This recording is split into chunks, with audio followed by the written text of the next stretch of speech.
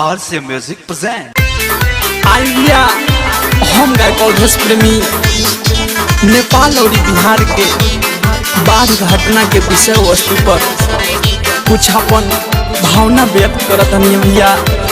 देखी कि कितना माई के बेटा के जान चल गई, कितना घर दह गई ये बाढ़ में। चिंता में पड़ले बाने पालौडी संग में बिहार भैया।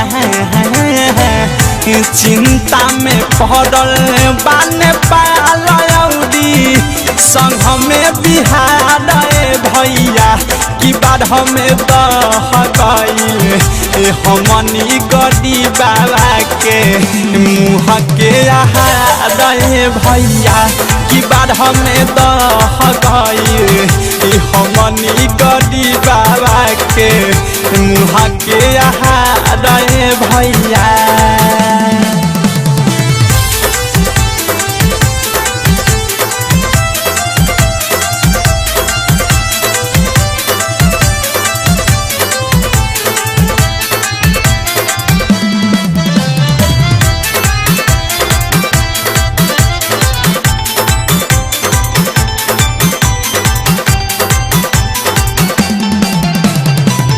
बाटे बढ़िया पानी सिंहरा घोड़ा सन ओही में कितना डूब गईले भाई बहन।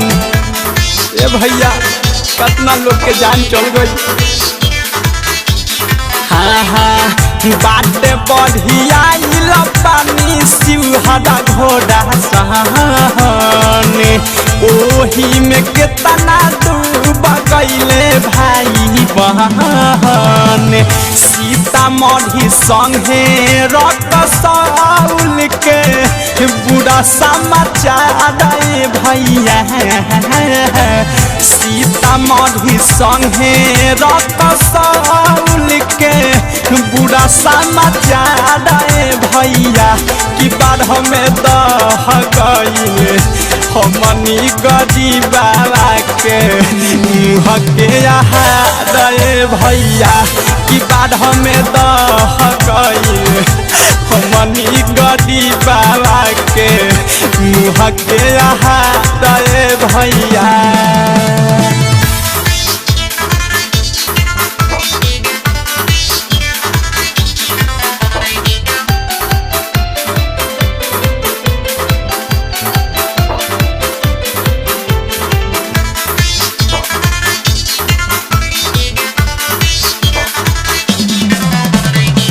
मेहनत किसान के सब गईले दहाई खाए के तो छोड़ी चाउर छत नई। बड़ी बुरा हाल बा भैया। सुना मेहनत किसान के सब गईले दहाई खाए के तो छोड़ी चाउर छत नई। बढ़ल पुलवरिया घाट के पनिया नल रहे होता संभाल भैया। बढ़ल पुलवरिया घाट के पनिया नल रहे होता संभाल भैया की बाढ़ में दह गईल हमनी गड़ी बाबा के मुँह के आहार भैया की बाढ़ में दह गईल हमनी गड़ी बाबा के मुँह के आहार भैया।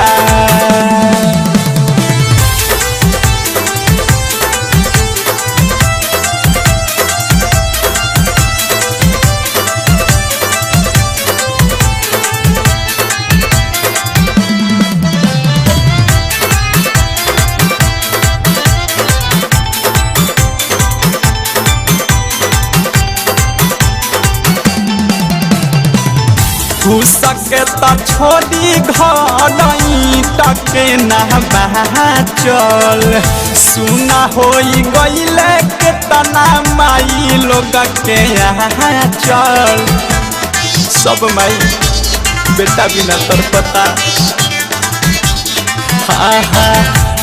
सके त छोड़ी घर हरे टके ना चल सुना होई गईले के तना माई लोग के यहाँ चल राइट डाके सयवध सब प्रेमी संगन रहम गिरे लोड के धारे भैया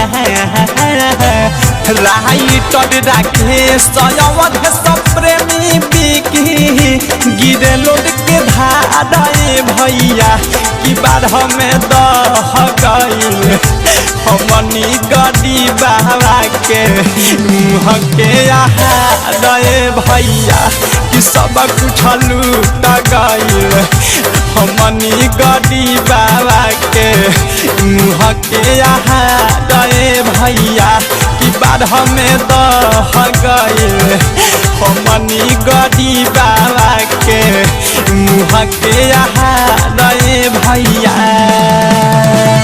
चिंता में पड़ले बाने पालौडी संग में बिहार भैया